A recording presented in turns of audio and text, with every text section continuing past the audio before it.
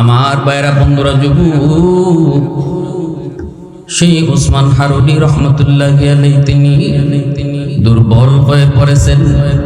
মা বোনেরা, একটু দিলটা নরম করে কথাগুলি বোঝার চেষ্টা করো। ধন্য মায়ের ধন্য সন্তান ওই গর্ভের যুব সমাজ, যারা আজকে তাদের মুরব্বীদের কথা ইয়াদ করে, কবরবাসী মুর্দেগানের কথা ইয়াদ করো, মাহফিলের আয়োজন করে, এলাকার প্রতিটা মানুষকে নিয়ে আল্লাহর দরবারে বাঁচার ফিকির করে।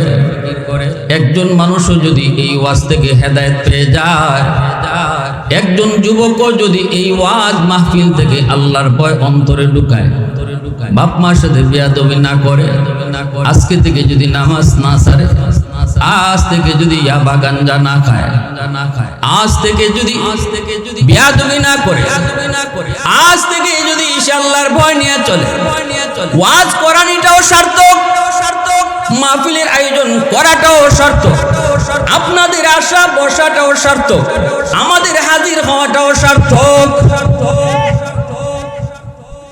এই নিয়তে যুবকরা ওয়াজের আয়োজন করে। যুবক মানুষের কাছ থেকে বাহবা পাওয়ার জন্য নয়। মঈনুদ্দিন চিশতি রহমাতুল্লাহি আলাইহির পীর ওসমান হারুনি অসুস্থ হয়ে গেছেন, দুর্বল হয়ে পড়েছেন, হয়তো তিনি আর বেশি দিন দুনিয়াতে বাঁচবেন না। এজন্যই ওনার কাছে যে বহুত বড় আমানত ছিল, তিনি যে আল্লাহর পক্ষ থেকে ওলি হয়েছেন, যে ওলায়াতের আমানত, এই আমানতের মুকুটটা তিনি কারে পরাইবেন, এই মুকুট তিনি কার মাথায় দিবেন, এটা পরীক্ষা করার জন্য ছাত্রদেরকে বললেন, বাবারা শোনো, আজ যারা এশার নামাজ আমার পিছনে তোমরা পড়েছো, ফজরের নামাজটাও যদি তোমরা আমার সাথে জামাতে পড়তে পারো, আমি ওসমান হারুনি কথা দিলাম, কিয়ামতের ময়দানে তোমাদেরকে নিয়ে আমি আল্লাহর তৈরি জান্নাতে ঢুকবো। উপস্থিত এশার নামাজের মুসল্লিরা বড় অবাক, সবাই তো মহা খুশি। আজকের ফজরের নামাজ মিস দেওয়া যাবে না। এশার নামাজ যারা হুজুরের পিছনে পড়েছি, ফজরের নামাজটা মিস দেওয়া যাবে না। প্রয়োজনে রাতে ঘুমাবো না, একটা রাত সজাগ থাকবো, ফজরে আজান হওয়া মাত্রই মসজিদে হাজির হব। মনে মনে সবাই সিদ্ধান্ত নিল, আর মনে মনে সিদ্ধান্ত নেয়, এই এত বড় সুসংবাদ আমি আমার ভাইরে জানাবো, আমার বাবারে জানাবো, বন্ধুকে জানাবো, আত্মীয় স্বজনকে জানাবো। আল্লাহ তৈরি জান্নাতে যদি যেতে চাও, সুযোগ যায় সুযোগ। ওসমান হারুনি বলেছেন, ফজরের নামাজ জামাতে যারা ওনার পিছনে আজকে পড়বো, ইনি বলতেছেন ওয়াদা দিয়া তারে সাথে লইয়া জান্নাতে যাবেন। ভাইরা বন্ধুরা, এই চিন্তা মনের ভিতরে আনা মাত্রই ওসমান হারুনি ডাক দেয়া কই, বাবারা শোনো, আমার এই সুসংবাদ তোমরা যারা শুনেছ, আরো একটা গোপন কথা রয়েছে। সেই গোপন কথাটা হলো, এই সুসংবাদ কাউকে বলা যাবে না, নিজের কাছে শুধু রাখতে হবে, কারো কাছে এই কথা বলা যাবে না। তোমরা যারা শুনেছ, এই কথাটা নিজের কাছে শুধু রাখবা। যদি কেউ এই খবর অন্য কাউরে জানাও যে এশার নামাজে আসে নাই, তারে যদি আমার এই খবরটা তোমরা কেউ জানাও, আর সে যদি ফজরের জমাতে হাজির হয়, তাহলে মনে রাখো সেও জান্নাতে যাইতো না, আর যে জানাইছো সে সুজা জাহান্নামে যাইবে।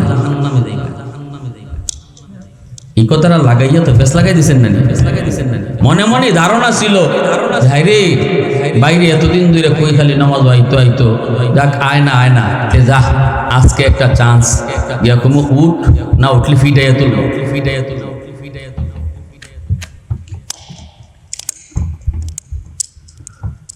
কিন্তু যেই মাত্র ইনি কইছেন এই খবর কিন্তু অত্যন্ত গোপন, এর ভিতরে রহস্য রয়েছে, কারো কাছে বলা যাবে না। যদি বলো যে কই ভাই হে ওই জাহান্নামে যাইবা।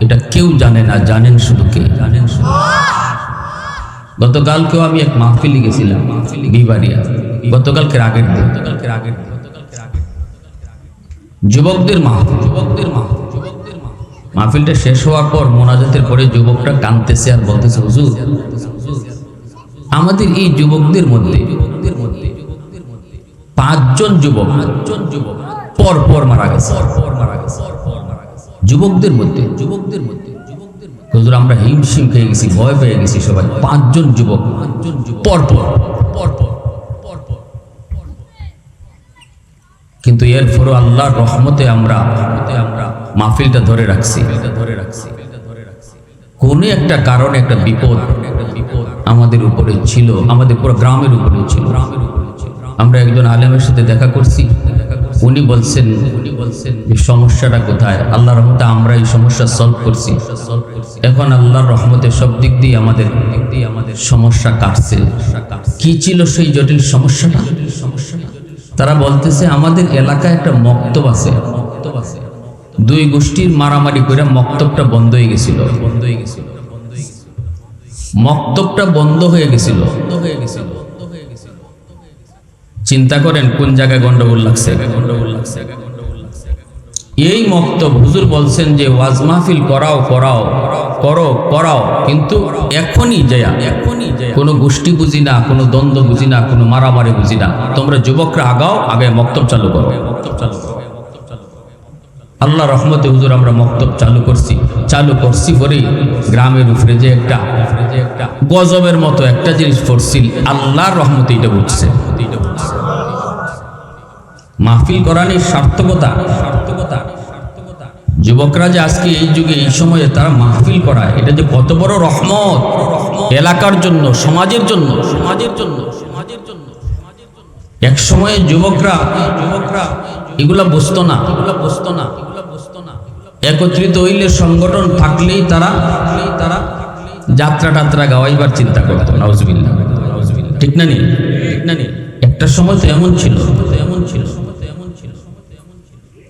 আল্লাহর রহমতে পুরা বাংলাদেশের চিত্র পাল্টে গেছে। যত জায়গায় আমি আপনাদের দোয়া, আপনাদের সন্তান, আপনাদের দোয়ায় বিভিন্ন দেশান্তরে ঘুরি, কই রংপুর, কই সাতক্ষীরা, এই একটা সপ্তাহ শুধু ওইদিকেই ছিলাম। আজকেও দূরের প্রোগ্রাম, ক্লান্ত, কিন্তু আপনাদের কথা শোনার পরে আমি বলছি না, আমার দেশের মানুষের কোনো আবদার আমি শত বাধা উপেক্ষা করো আমি পূরণ করার চেষ্টা করি। এবং আমি জানি যে এই যাত্রা ভাষার মানুষ অনেক মায়া করেন, মহব্বত করেন। আজকেও আমার অনেকেই আরো দেশের ছিল, কিন্তু চাইছিল এই তারিখ তো আমার খালি ছিল না, কিন্তু আল্লাহ রহমত হয়ে গেছে। আল্লাহ আমাকে আশা এবং 2টা কথা বলার তৌফিক দিচ্ছেন, আপনাদেরকে আশার বসার তৌফিক দিচ্ছেন। শুকরিয়া তান বলি আলহামদুলিল্লাহ। আমার দিলটা খুশিতে ভরে যায় যখন দেখি আমার দেশের যুব সমাজ তারা মাহফিলের আয়োজন করেছে, কোরআনের মাহফিলের আয়োজন করেছে। যুবকরা জাতির মেরুদণ্ড, একটা সমাজের মেরুদণ্ড যুব সমাজ। যুবকরা চাইলে সমাজটারে ভালো রাখতে পারে, যুবকরা চাইলে সমাজটারে নষ্ট করতে পারে। মানি নাই কথা।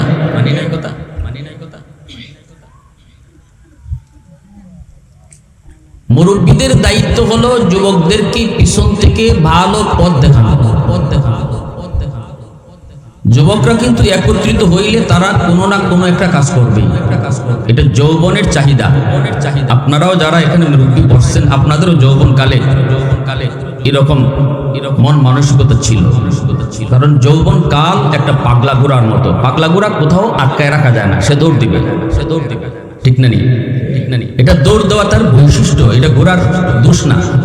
একজন যুবকের দোষ না যে যুবক খালি কাম করতো, খালি কিছু না করতো, খালি কিছু না কিছু করতো, খালি দৌড় দিত, এটা যুবকের দোষ না, এটা তার বয়স। ঠিক না?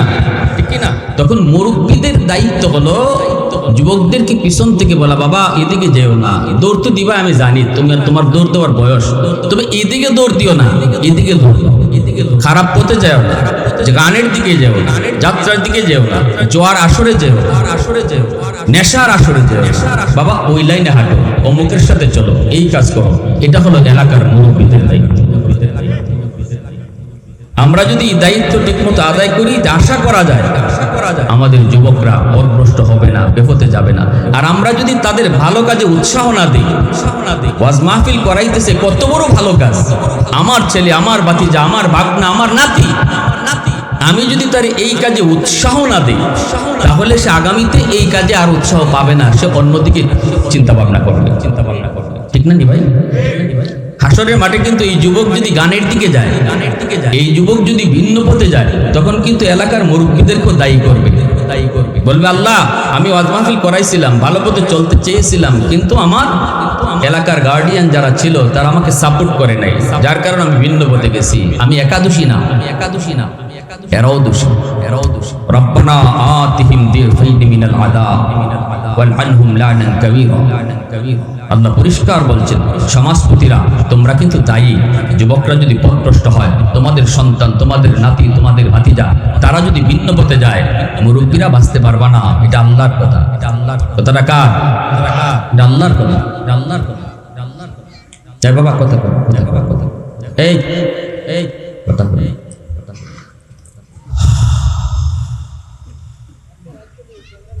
একজন মানুষ শুধু নিজে আল্লাহর কাছে বাঁচার ফিকির করলো, সে এতটা ভালো না আল্লাহর কাছে। ভালো ওই মানুষটা, যে মানুষটা নিজেও আল্লাহর কাছে বাঁচতে চায়, সমাজ লইয়া বাঁচতে চায়। ভাই, বেরাদর, ভাতিজা, এলাকার মানুষ সবাইকে নিয়ে ভালো পথে চলতে চায়, যে সেই হলো আল্লাহর কাছে মকবুল, প্রিয় বান্দা। ঠিক না নি? আমি একজনে নামাজ পড়ি, কিন্তু আমার ঘরে সব বেনামাজি, আমি কোনো ফিকির নাই, আমি একা মসজিদে যাইতেছি, ছেলে নামাজ পড়ে না, কোনো আমার মনে কষ্ট নাই, বা আমার কোনো ব্যাপারে কোনো ফিকির নাই। আমার সমাজের যুবকরা, তারা আমি দেখতেছি তারা লুডু খেলতেছে, তারা গেম খেলতেছে, তারা মোবাইল টিপতেছে, আমি একা নামাজে যাইতেছি, কিন্তু ওই ভাতিজাটা ডাক দিচ্ছে না, বাবা এটা পারে না, আজান হচ্ছে, চলো মসজিদে যাই। আল্লাহ বলে, এই ধরনের একা নামাজিরা আমি পছন্দ করি না। কষ্ট পাইতেছেন আপনারা? এই ধরনের একা বাসন্য মানুষে আমি আল্লাহ বেশি ভালো পাই না। এজন্যই বনি ইসরাইলের যে মানুষটা একা একা আল্লাহর করতেছিল, আল্লাহ জিকির করতেছিল, আর সবগুলি মানুষ তারা বেফতে বেলাইনে ছিল, আল্লাহ বলছিলেন ফেরেশতা থেকে, যাও গোটা এই সমাজটারে উল্টাইয়া দাও। ফেরেশতারা আইসে আয়া দেখে একজনের খালি জিকিরের আওয়াজ, আল্লাহর পাগল।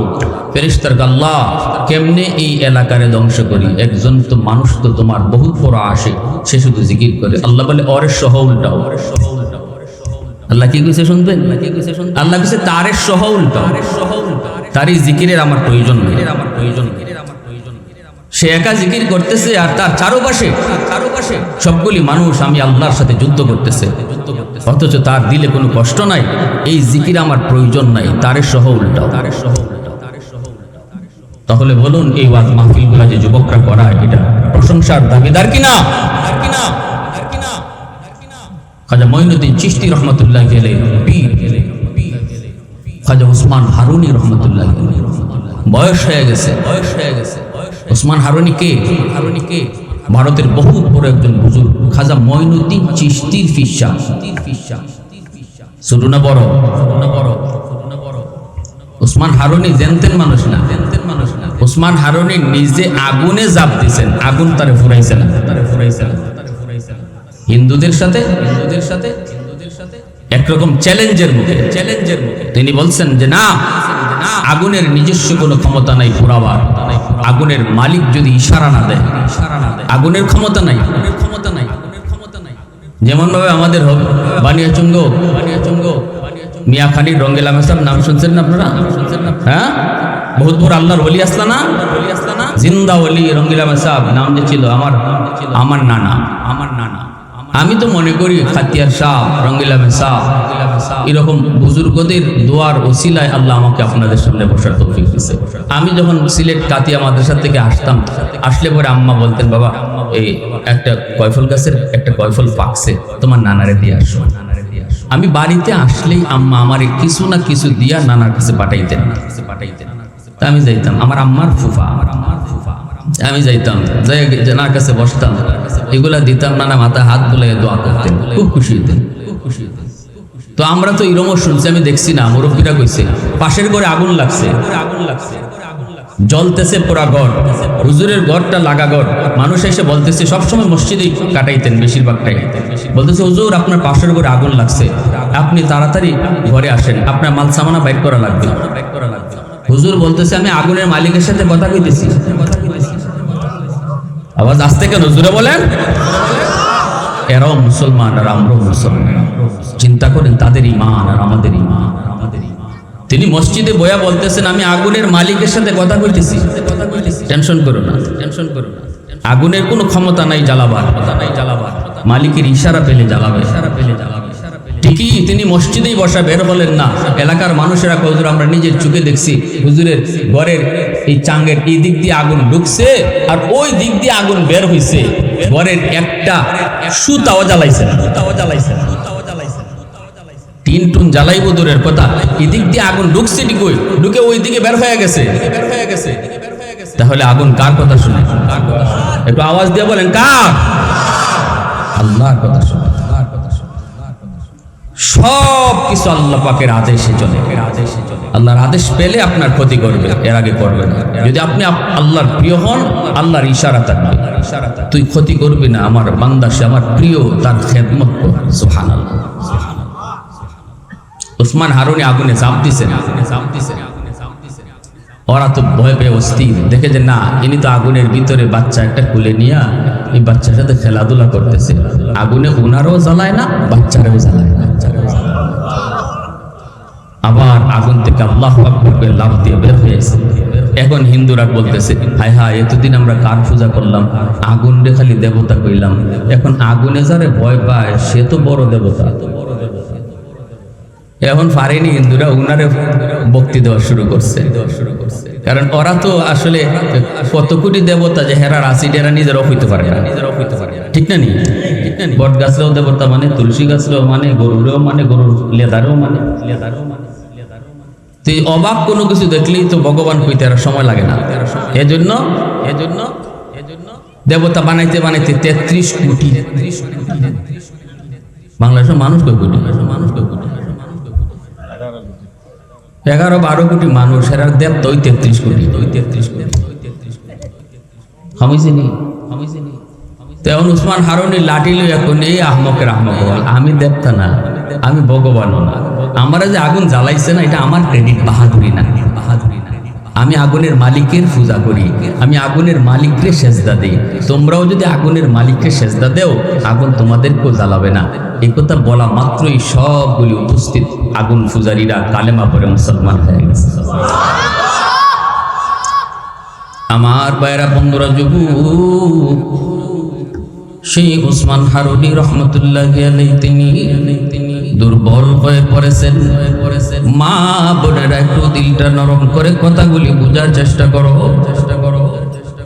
ধন্য মায়ের ধন্য সন্তান ওই গর্ভের যুব সমাজ, যারা আজকে তাদের মুরব্বীদের কথা ইয়াদ করে, কবরবাসী মুর্দেগানের কথা ইয়াদ করো, মাহফিলের আয়োজন করে, এলাকার প্রতিটা মানুষকে নিয়ে আল্লাহর দরবারে বাঁচার ফিকির করে। একজন মানুষও যদি এই ওয়াজ থেকে হেদায়েত পেয়ে যায়, একজন যুবকও যদি এই ওয়াজ মাহফিল থেকে আল্লাহর ভয় অন্তরে ঢুকায়, বাপ মার সাথে বেয়াদবি না করে, আজকে থেকে যদি নামাজ না ছাড়ে, আজ থেকে যদি ইয়াবা গাঞ্জা না খায়, আজ থেকে যদি বেয়াদবি না করে, আজ থেকে যদি আল্লাহর ভয় নিয়ে চলে, ওয়াজ করানিটাও সার্থক, মাহফিলের আয়োজন করাটাও সার্থক, আপনাদের আশা বসাটাও সার্থক, আমাদের হাজির হওয়াটাও সার্থক। এই নিয়তে যুবকরা ওয়াজের আয়োজন করে, যুবক মানুষের কাছ থেকে বাহবা পাওয়ার জন্য নয়। মঈনুদ্দিন চিশতি রহমাতুল্লাহি আলাইহির পীর উসমান হারুনি অসুস্থ হয়ে গেছেন, দুর্বল হয়ে পড়েছেন, হয়তো তিনি আর বেশি দিন দুনিয়াতে বাঁচবেন না। এজন্যই ওনার কাছে যে বহুত বড় আমানত ছিল, তিনি যে আল্লাহর পক্ষ থেকে ওলি হয়েছেন, যে ওলায়াতের আমানত, এই আমানতের মুকুটটা তিনি কারে পরাইবেন, এই মুকুট তিনি কার মাথায় দিবেন, এটা পরীক্ষা করার জন্য ছাত্রদেরকে বললেন, বাবারা শুনো, আজ যারা এশার নামাজ আমার পিছনে তোমরা পড়েছো, ফজরের নামাজটাও যদি তোমরা আমার সাথে জামাতে পড়তে পারো, আমি উসমান হারুনি কথা দিলাম, কিয়ামতের ময়দানে তোমাদেরকে নিয়ে আমি আল্লাহর তৈরি জান্নাতে ঢুকবো। উপস্থিত এশার নামাজের মুসল্লিরা বড় অবাক, সবাই তো মহা খুশি। আজকের ফজরের নামাজ মিস দেওয়া যাবে না। এশার নামাজ যারা হুজুরের পিছনে পড়েছি, ফজরের নামাজটা মিস দেওয়া যাবে না। প্রয়োজনে রাতে ঘুমাবো না, একটা রাত সজাগ থাকবো, ফজরে আজান হওয়া মাত্রই মসজিদে হাজির হব। মনে মনে সবাই সিদ্ধান্ত নিল, আর মনে মনে সিদ্ধান্ত নেয়, এই এত বড় সুসংবাদ আমি আমার ভাইরে জানাবো, আমার বাবারা জানাবো, বন্ধুকে জানাবো, আত্মীয় স্বজনকে জানাবো। আল্লাহ তৈরি জান্নাতে যদি যেতে চাও, সুযোগ যায় সুযোগ। উসমান হারুনি বলেছেন, ফজরের নামাজ জামাতে যারা ওনার পিছনে আজকে পড়ব, ইনি বলতেছেন ওয়াদা দিয়া তারে সাথে লইয়া জান্নাতে যাবেন। ভাইরা বন্ধুরা, এই চিন্তা মনের ভিতরে আনা মাত্রই উসমান হারুনি ডাক দেয়া কই, বাবারা শুনো, আমার এই সুসংবাদ তোমরা যারা শুনেছ, আরো একটা গোপন কথা রয়েছে। সেই গোপন কথাটা হলো এই সুসংবাদ কাউকে বলা যাবে না, নিজের কাছে শুধু রাখতে হবে, কারো কাছে এই কথা বলা যাবে না। তোমরা যারা শুনেছ এই কথাটা নিজের কাছে শুধু রাখবা। যদি কেউ এই খবর অন্য কাউরে জানাও যে এশার নামাজে আসে নাই, তারে যদি আমার এই খবরটা তোমরা কেউ জানাও, আর সে যদি ফজরের জমাতে হাজির হয়, তাহলে মনে রাখো সেও জান্নাতে যাইতো না, আর যে জানাইছো সে সুজা জাহান্নামে যাইবে। এই কথাটা লাগাইয়া তো ফেস লাগাই দিচ্ছেন না, মনে মনে ধারণা ছিল রে বাইরে এতদিন ধরে কই খালি নামাজ আইতো আইতো, যাক আয় না তে যা, আজকে একটা চান্স, ইয়া কোনো উঠ না উঠলে ফিটাইয়া তুলবো।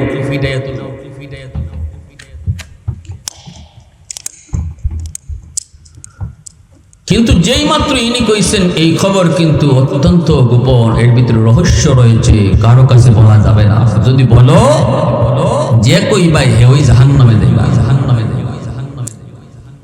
সবাই নীরব হয়ে গেল, নিস্তব্ধ হয়ে গেল। এত বড় কথা তাহলে তো কাউরে জানানো যাবে না। বাপরে জানাইতে গিয়ে আমি জাহান্নামে যাইতাম না, ঠিক না? বাইরে জান্নাতে পৌঁছাইতে যাই আমি জাহান্নামে যাইতে রাজি না। বন্ধুকে জান্নাতে যাওয়ার সুযোগ করে দিব হুজুরের পিছনে নামাজ পড়ায়া, কিন্তু কোয়ার কারণে আমি জাহান্নামে যাওয়া লাগবে না। আমি জাহান্নামে যাইতে রাজি না, না আমি কারো কাছে বলবো না, কাউকে জানাবো না, কাউকে শোনাবো না। সবাই আসার নামাজ পড়েই যার যার মতো করে বাড়িতে চলে গেল। বাবার কাছে সন্তান ঘুমায়, ভাইয়ের কাছে ভাই ঘুমায়, বন্ধুর কাছে বন্ধু ঘুমায়, প্রতিদিনের মতোই ঘুম। কিন্তু এশার নামাজ যে পইরা গেছে সে তো ঘুমায় না, ঘুমের ভাঙ ধরে বিছানায় পড়ে আছি। কিন্তু বাবারে কিছু কয় না, বন্ধুরে বন্ধু কিছু কয় না, ভাইকে ভাইও কিছু কয় না। ভাই বাইরে জিজ্ঞেস করতেছে, কিরে ভাই আজকে তুই শুধু চাটাচাটি করস, ঘুমাস না কেন? কি হয়েছে তোর? কয় কিছু হয় নাই, তুই ঘুমা। কি কয়? তাও কয় না এই কথা, যে ফজর যদি উসমান হারুনির পিছনে ফরন যায় তাহলে জান্নাত, এই কথা কয় না। কারণ কইলেই নিজে কই যাওয়া লাগবে, জোরে বলেন, কইলে তুই কই যাওয়া লাগবে। এটা কেউ মানতে রাজি। বাবা সন্তানকে জিজ্ঞেস করে, বাবা ঘুমাও না কেন? ছেলে কয়, আব্বা তুমি ঘুমাও, আমার ঘুম আসে না। যেই বাবায় নামাজ পড়েছে ওই বাবায় ছেলের পাশে এসে ঘুমাইছে, ছেলের ডাক দেয় না। এইভাবে কিন্তু কেউ কাউকে কিছুই বলল না, কেউ কাউকে কিছুই বলল না। এশার নামাজ যারা পড়লো প্রত্যেকেই কিন্তু ফজরের নামাজও হাজির হলো। কিন্তু উসমান হারুনি তাকায় দেখেন ফজরের নামাজের পর পুরা মসজিদ ভরপুর মুসল্লি, এমনকি বারান্দা বইরা রাস্তাঘাট পর্যন্ত খালি মুসল্লি আর মুসল্লি। নামাজ শেষ করে উসমান হারুনি মিম্বরে বসে গেলেন। মিম্বরে বসে তিনি বলেন, এত মুসল্লি কোত্থেকে আসলো? অন্যদিন তো ফজরে এত মুসল্লি হয় না, এশার সময় তো এত মুসল্লি ছিল না। কারা কারা এশার নামাজে ছিল একটু হাত উঠাও। সাথে সাথে যারা এশার নামাজে মসজিদে ছিল, জামাত যারা পড়েছে তারা হাত উঠাইল। এইবার উসমান হারুনি কয়, তাহলে অধিকাংশ মানুষই তো দেখা যায় হাত উঠায় নাই, এরা তো এশার নামাজ আমার পিছনে পড়ে নাই, শুধু আইছে ফজর পড়ার জন্য। তাহলে বোঝা গেল এরা গোপন খবর জানি লাইছে। গোপন কথা, গোপন কথা কে কইছো? তাড়াতাড়ি কও, তাড়াতাড়ি কও। এশার নামাজে যারা হাজির হয়েছিল কে কইছো? এরা কে খবর দিছো? তাড়াতাড়ি কও। তোমরা কি শোনো নাই এশার নামাজে যারা হাজির হয়েছো? আমি কথা বলেছি ফজরের নামাজে তোমরা যারা হাজির হবে সবাই আমার সাথে জান্নাতে যাবে, কিন্তু এই খবর কাউকে কোয়া যাবে না, কাউকে বলা যাবে না। এই কথাটা তোমরা শুনছিলাইনি? কয় হুজুর আমরা শুনছি। কয় শুনছো যেহেতু তাহলে কে কইছো এদেরকে? তাড়াতাড়ি নাম কও, তাড়াতাড়ি আমাকে পরিচয় দাও, তাড়াতাড়ি কও। একজনে কয় হুজুর খোদার কসম আমি কাউরে কইছি না, আব্বার দ্বারকে ঘুমাইছি, আব্বারে কইছি না। আরেকজনে হাত উঠায় কয় হুজুর আমিও কইছি না, খোদার কসম আমি আমার সন্তানের দ্বারা ঘুমাইছি, এরপর পুত্রে কইছি না। আরেকজনে কয় হুজুর আমি আমার ভাইয়ের দ্বারা ঘুমাইলাম, এরপর আমি ভাইরে কই নাই, বন্ধুরও কই নাই, সবাই খালি কয় কই নাই, কই নাই, কই নাই। একজন মানুষ এশার নামাজে ছিল, হাত উঠাইছে, কিন্তু সে কিছু কয় না, মাথা নিচের দিকে দিয়া বসা। এই কথা না, কথা না।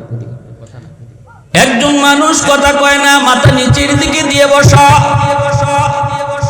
উসমান হারুনি বলতেছে, বাবা সবাই তো বলছো কসম, কসম খোদার আমরা কাউরে কই নাই, কিন্তু একজনে এখনো হাত উঠাইছে ঠিকই, কিন্তু কথা কয় না। কইছে কি কইছে না কিছুই কয় না, মাথা নিচের দিকে দেওয়া। অথচ সে কে?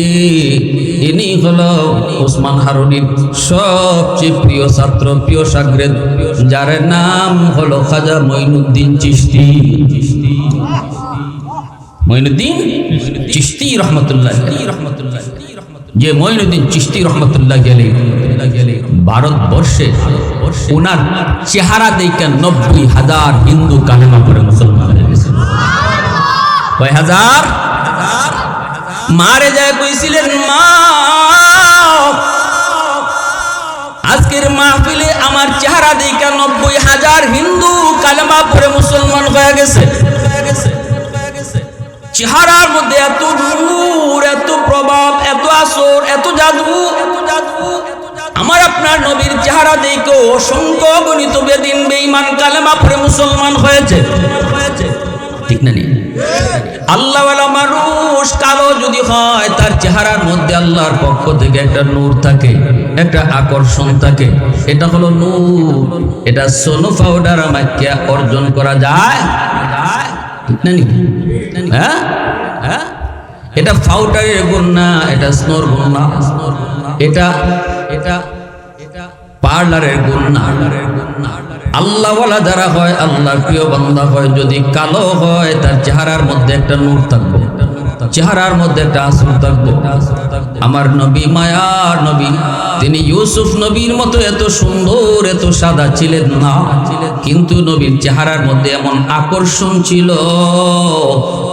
যে আকর্ষণের কারণে অনেক বেদিন চেহারা দেইকা লগে লগে কালেমা পড়ে মুসলমান হয়ে যেত। এজন্যই রাসূল কইছেন আলা মালিহুন ওয়া কি ইউসুফ সাবিহুন, আমি হলাম লাবণ্যময়ী আর আমার ভাই ইউসুফ হলো শুভ্র সাদা। আম্মা জান আয়েশা সিদ্দিকা রাদিয়াল্লাহু তাআলা আনহা বলেন, ইউসুফ নবীর চেহারা দেইখা জুলাইখার বান্ধবীরা তারা হাত কাটছিল। ইউসুফ নবীর চেহারা দেইখা জুলাইখার বান্ধবীরা ফল না কাইটা আঙ্গুল কাটছিল, খবর নাই। কাটতেছে ওরা ফল, আপেল দিছে আর ছুরি দিছে। বান্ধবীরা আপেল কাটতেছে ছুরি দিয়া, আর ওই অবস্থায় জুলাইখা ইউসুফ নবীরে ডাক দিছে। ইউসুফ নবী তিনি তো জুলাইখার ঘরে থাকতেন, জুলাইখা ওনারে বড় করছে, জুলাইখা ওনার প্রেমে পড়ছে। তখন জুলাইখা বান্ধবীদেরকে কৌশলে ডাইকা দাওয়াত দেয়, ঘরে আইনা হাতে একটা ছুরি দেয় আর আপেল দেয়, কয় ছুরি দিয়ে আপেল কাটো। ওই অবস্থায় ইউসুফ নবীরে ডাক দিছে সৌন্দর্য দেখানোর জন্য। জুলাইখা কেন ইউসুফ নবীর প্রেমে পড়লো? ইউসুফ নবী কত সুন্দর। ডাক দেওয়া মাত্রই যেই মাত্র ইউসুফ আলাইহিস সালাম বের হয়েছেন, বান্ধবীরা তারা বেহুশ হইয়া ইউসুফ নবীর চেহারার দিকে যে তাকাইছে, হাত কিন্তু চলতেছে ছুরি দিয়ে আপেল কাটতে গিয়া যার যার আঙ্গুল কেটে সারখার খবর নাই।